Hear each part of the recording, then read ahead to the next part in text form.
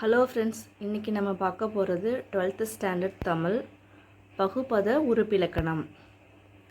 இந்த பகுபத உறுப்பிலக்கணம் கொஸ்டின் பேப்பரில் இதுக்கு 2 மதிப்பெண்கள் கொடுத்துருக்க. சொல்ல பிரித்து எழுதும்பொழுது அதுக்கு 1 மதிப்பெண்களும், அதை எடுத்து எந்தெந்த உறுப்புகள் அப்படின்ட்டு எழுதும்பொழுது 1 மதிப்பெண்களும், மொத்தம் 2 மதிப்பெண்கள் இந்த பகுபத உறுப்பிலக்கணத்துக்கு வழங்கப்படும்.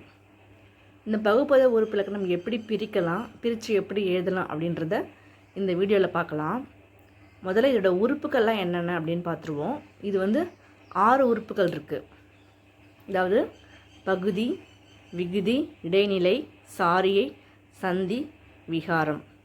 பகுதின்றது ஒரு சொல்லை பிரிக்கும் பொழுது முதலில் வரக்கூடியது பகுதி, இறுதியாக வரக்கூடியது விகுதி. இந்த பகுதிக்கும் விகுதிக்கும் இடையில் வரக்கூடியது இடைநிலை. அடுத்தது சாரியை, சந்தி. சந்தி அப்படின்றது பகுதிக்கும் இடைநிலைக்கும் இடையில் வரக்கூடியது சந்தி. அடுத்தது விகாரம். இது எந்த ஆர்டரில் வரும்னு பார்த்தீங்கன்னா, பகுதி, சந்தி வரும், சாரியை இடைநிலை, இறுதியில் விகுதின்றது வரும். அதாவது இடைநிலை 3 இடைநிலைகள் இருக்குது. இறந்த காலம், எதிர்காலம், நிகழ்காலம். இத்து வந்துச்சுன்னா அவை இறந்த கால இடைநிலை என்று எழுத வேண்டும். அடுத்து இப்பு, இவ்வு வந்ததுன்னா எதிர்கால இடைநிலை. அடுத்தது கிறு, கின்று, ஆனின்று. இவை வருவது ரொம்ப ரேராக தான் வரும். இந்த சொற்கள் வரும்பொழுது அவை நிகழ்கால இடைநிலை என்று எழுதணும். அடுத்தது விகுதி. பாருங்கள், விகுதியில் அந்த சொல் ஆல முடிஞ்சதுன்னா, ஆ என்ற ஓசையுடன் முடியும் பொழுது அவை பெயரச்ச விகுதி அப்படின்னு எழுதணும். அடுத்தது ஈ, உ அப்படின்ற முடியும் பொழுது அதை வினையச்ச விகுதியாக எழுத வேண்டும். இந்த 6 உறுப்புகளும் கண்டிப்பாக தெரியணும். அதேமாரி சந்தியில் இடைநிலையில் இத்து, இப்பு, இவ்வு, கிறு, கின்று, ஆனின்று இது எல்லாம் எந்த இடைநிலையில் வருது அப்படின்றதும் தெரியணும்.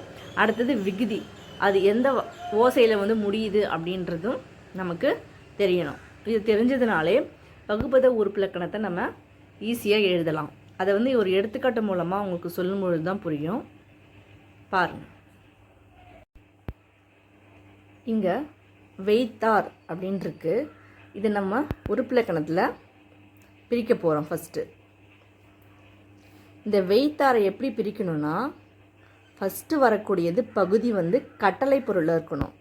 வைத்தார்னா வை அப்படின்றது ஒரு கட்டளை பொருள். அப்போ பகுதி வை. வை. அடுத்தது இத்து இருக்குது. அப்போ இத்து. தாவை எப்படி பிரிக்கலாம்னா, இத்து கூட்டல் ஆ அப்படின்னு பிரிக்கலாம்.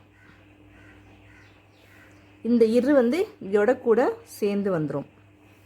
இதேமாரி தான் நம்ம ஃபஸ்ட்டு பிரிக்கணும். வைத்தார வை அப்படின்னு சொல்கிறோம். அடுத்தது இத்து இங்கே பிரிக்கிறோம். தாவை இத்து கூட்டல் ஆ அப்படின்னு பிரிக்கிறோம். இந்த இரு கடைசியில் இதோட சேர்ந்துடும்.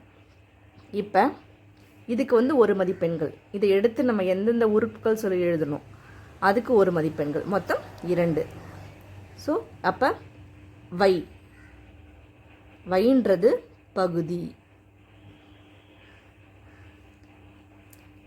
அடுத்த பகுதிக்கு அடுத்து வரக்கூடியது சந்தி. அப்போ இத் அப்படின்றது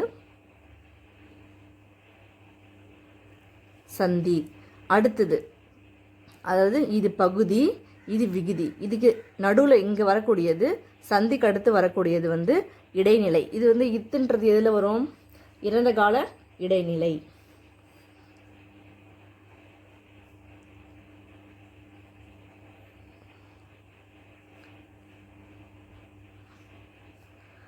இறந்த கால இடைநிலைன்ட்டு எழுதுகிறோம். அடுத்தது ஆர். இந்த ஆர் அப்படின்றது விகுதி. இது எப்படி எழுதணும்னா, இந்த செயல் வைத்தார் அப்படின்றது முடிந்து விட்டது, அதனால் இது ஒரு வினைமுற்று விகுதி.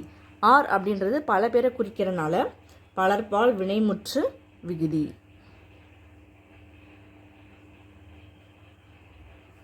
பலர்பால்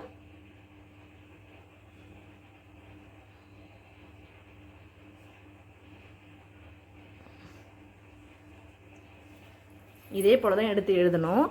முதல்ல இதில் வை அப்படின்றது பகுதி, அதாவது பகுதிக்கு அடுத்து வரக்கூடியது சந்தி, அதாவது பகுதிக்கு அடுத்து வரக்கூடிய மெய்யெழுத்துக்கள் தான் சந்தி.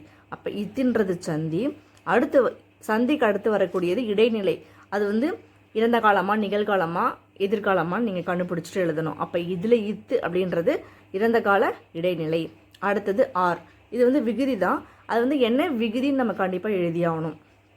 அதாவது இது முற்று பெற்றதுனால வினை முற்று, பலரை குறிப்பதால் வைத்தார் அப்படின்றது பலர்பால் வினைமுற்று விகுதி அப்படின்னு எழுதணும்.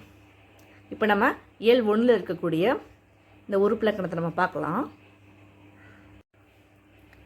இயல் 1 இளம் தமிழே, இதில் இருக்கக்கூடிய பகுபத உறுப்பிலக்கணம் இதில் 4 இருக்குது. ஃபஸ்ட்டு ஒன் பாருங்கள், சாய்ப்பான்.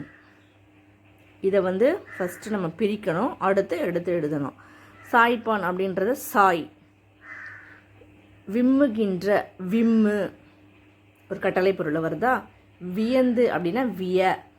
இதே மாதிரி தான் ஃபஸ்ட்டு வரக்கூடிய பகுதியை நம்ம வந்து எழுத வேண்டும். சாய்ப்பானில் சாய் அப்படின்றது எழுதியாச்சு, கூட்டல் இந்த இப்போ எடுத்து இங்கே எழுதுகிறோம். அடுத்தது பாவை வந்து எப்படி பிரிக்கணும், இப்போ கூட்டல் ஆ அப்படின்னு பிரிக்கணும் பா. அப்போ இந்த இன்னு வந்து இதோட கூட சேர்ந்து வந்துவிடும். அடுத்து சாயின்றது பகுதி, பகுதிக்கு அடுத்து வரக்கூடியது சந்தி மெய்யெழுத்து. இப்போ வந்து சந்தி, அடுத்தது இப்போ வந்து இது வந்து எதிர்கால இடைநிலையில் வரக்கூடியது, அதனால் எழுதியிருக்காங்க.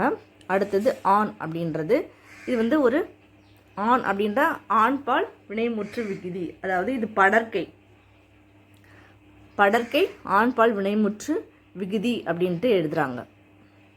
அடுத்து பாருங்கள், விம்முகின்ற, விம்மு விம்முன்னு எழுதியாச்சு. அடுத்து கின்ற அப்படின்னா கின்று கூட்டல் ஆன் பிரிக்கணும்.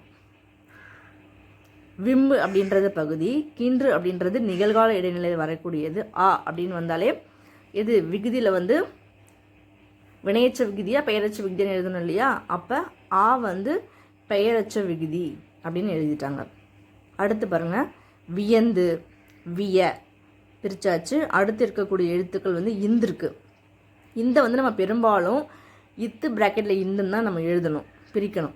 அடுத்து தூவை வந்து இத்து கூட்டல் ஊ அப்படின்னு பிரிக்கிறாங்க. புரிஞ்சிருக்குன்னு நினைக்கிறேன்.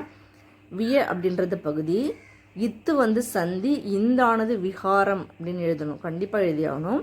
அடுத்து வரக்கூடிய இத்து வந்து இது இத்து இப்போ இவ்வெல்லாம் இறந்த கால இடைநிலையில் வரக்கூடியது. ஸோ இத்துன்றது இறந்த கால இடைநிலை.